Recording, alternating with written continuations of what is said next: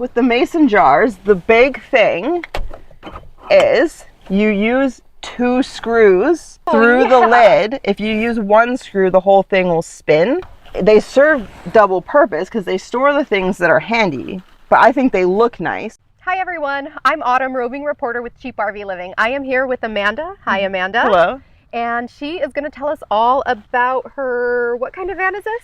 This is my van truck. Is a 1994 GMC Vandura. It's a 1-ton and it's extended between the wheels instead of extended off the back end. Oh, very cool. Yeah. Well, I was really excited to meet with Amanda because I've seen her YouTube channel for quite a while, and you have quite the story. You've been a van lifer for 11 years? Yeah, a little more than 11 years now. Yeah, I'd be curious to hear just a little bit about your journey. Like, how'd you get started and what has it been like? So I got started because I was broke. I was struggling with my mental health. I couldn't tolerate to work for somebody who was making more off of my time than I was. And I couldn't stand working to pay for somebody to own multiple houses while I risked being homeless.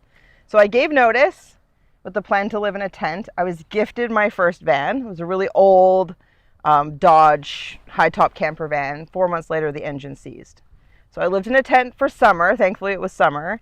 Lived in a tent for a few months, and then I moved into a minivan. So I lived in that for a little over 2 years, and then I bought a truck a little over 8 years ago, and have been restoring and I've kind of raised truck from the dead. So yeah.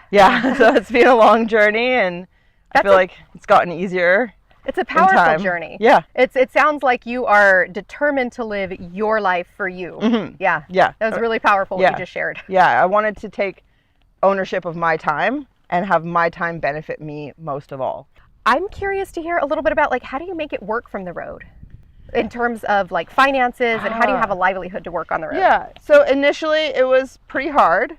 I was stationary at first, so I had community resources like food bank friends to try to just get my feet under me after suffering a mental health crisis. Mm-hmm. And then from there I moved into odd jobs and seasonal work, farm work, and I did that for many years. And then I started a YouTube channel not quite 4 years ago. Yeah, awesome. Yeah. What's your channel? My channel is Tideline to Alpine. It's an awesome channel, you guys. Check it out. Thank you. Yeah. Well, I'd love to take a look at your van. Can we check it out? Absolutely. Come on in.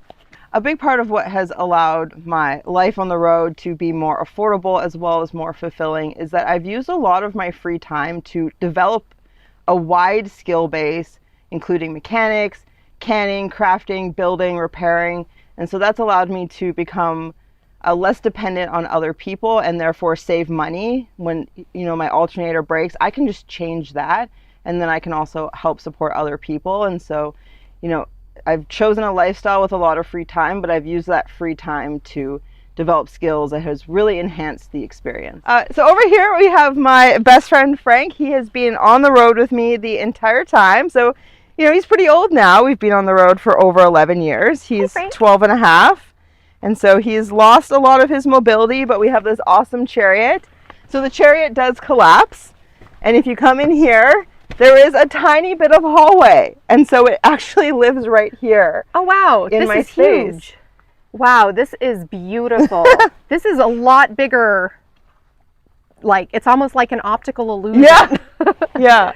So the inside of my van is 12 feet long from the back of the cab to the back doors, and it's, I think, a little over 5 feet wide. I think maybe 5 3/4, because when I did the initial build, I used to sleep across the back.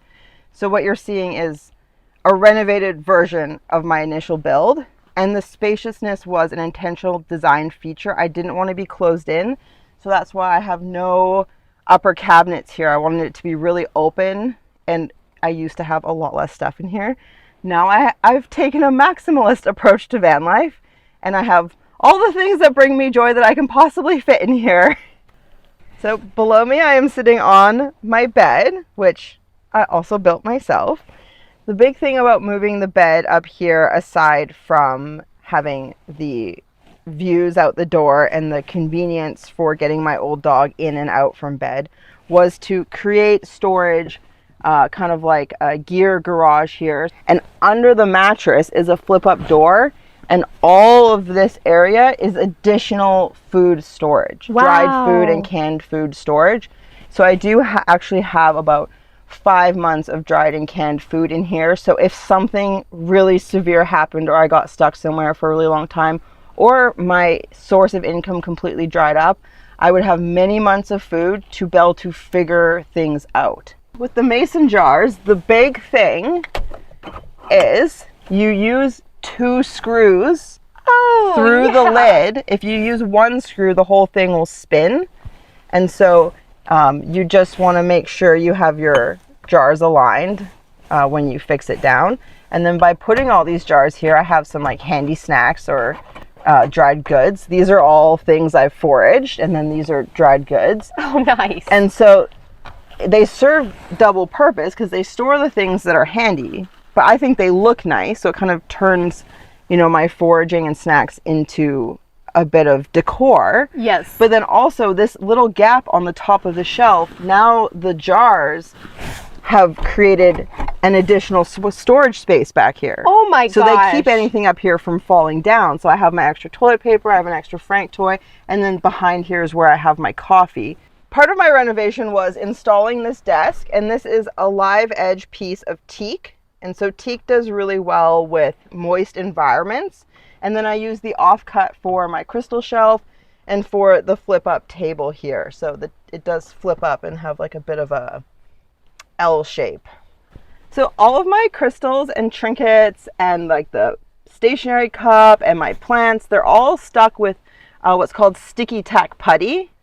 Living on the road, like this is my home. I want it to feel like my home. I want it to be a nice place to hang out. I live on the road to spend most of my time outside. And when I come in, I want to feel cozy and I want to have nice things to gaze at if I'm just, you know, spacing out, like letting ideas come to mind.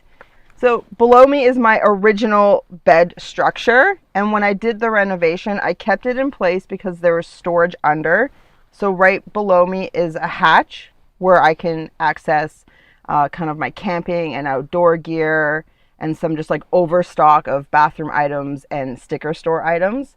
And then I built the desk on top of it. I'm doing a lot of back roading. I am romping this thing hard. And so I wanted it very, very solid. And that's why I have every bit of space kind of full with structure. There's not separate individual structures. They all are fixed in place, but then help to hold each other in place. And then I put in as well a bookshelf on top of the old bed. I really wanted my books to be visible and accessible. They used to be in a cupboard. And then this little shelf here is just angle brackets and then screw in loops with rope to support it. Oh. So it doesn't lever off. The newest addition to my van is actually this fridge right here. I got that just a couple months ago.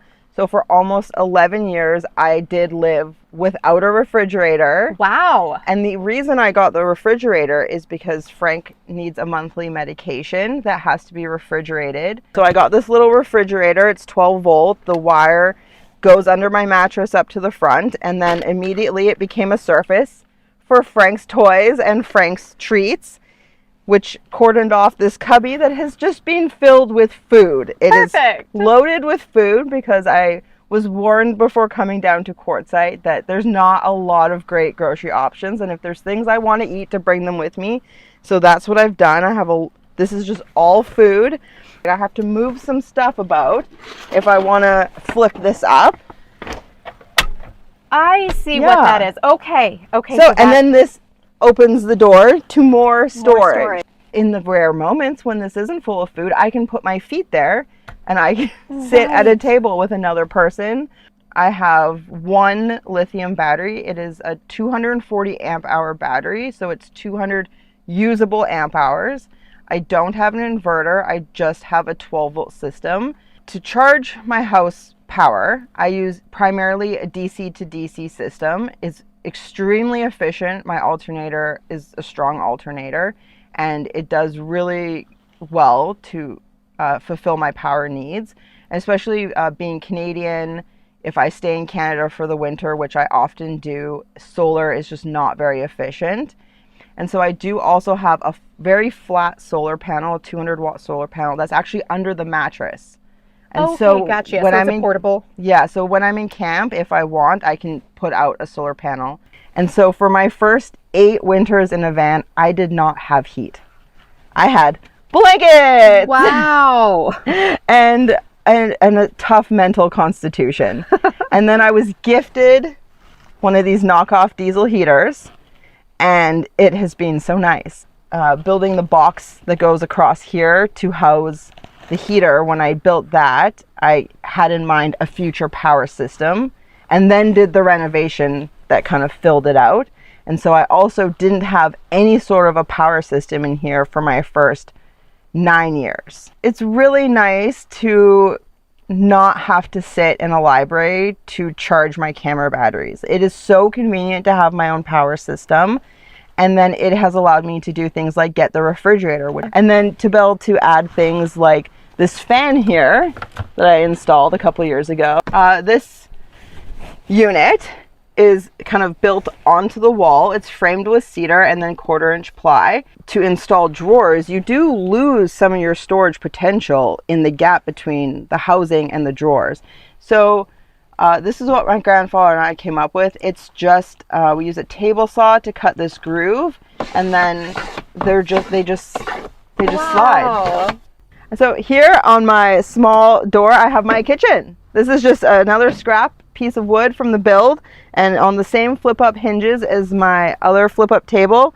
And I have a Whisper Light camp stove. If I'm cooking outside, I do leave the table up, close the door, and cook on the Pocket Rocket inside. So if the weather's bad, I don't have to go outside to cook. I just did not want to dedicate a lot of space to a kitchen. I wanted to dedicate it to things that bring me joy. How do you go to the bathroom? So for peeing, especially if the weather's bad or it's nighttime, I have a pee jug. And then for number 2, I bury or bag it depending on what's appropriate, or I just find a public washroom at a rest stop or a park or the library or a grocery store. So this is kind of my utility door. I don't have plumbing, and I do just use big water bags. So this is a 10-liter bag, so 2.5 gallon. And I have several of these tucked in different places, and I just find this a really easy way to get water. I can get water from a tap, from a water bottle fill station.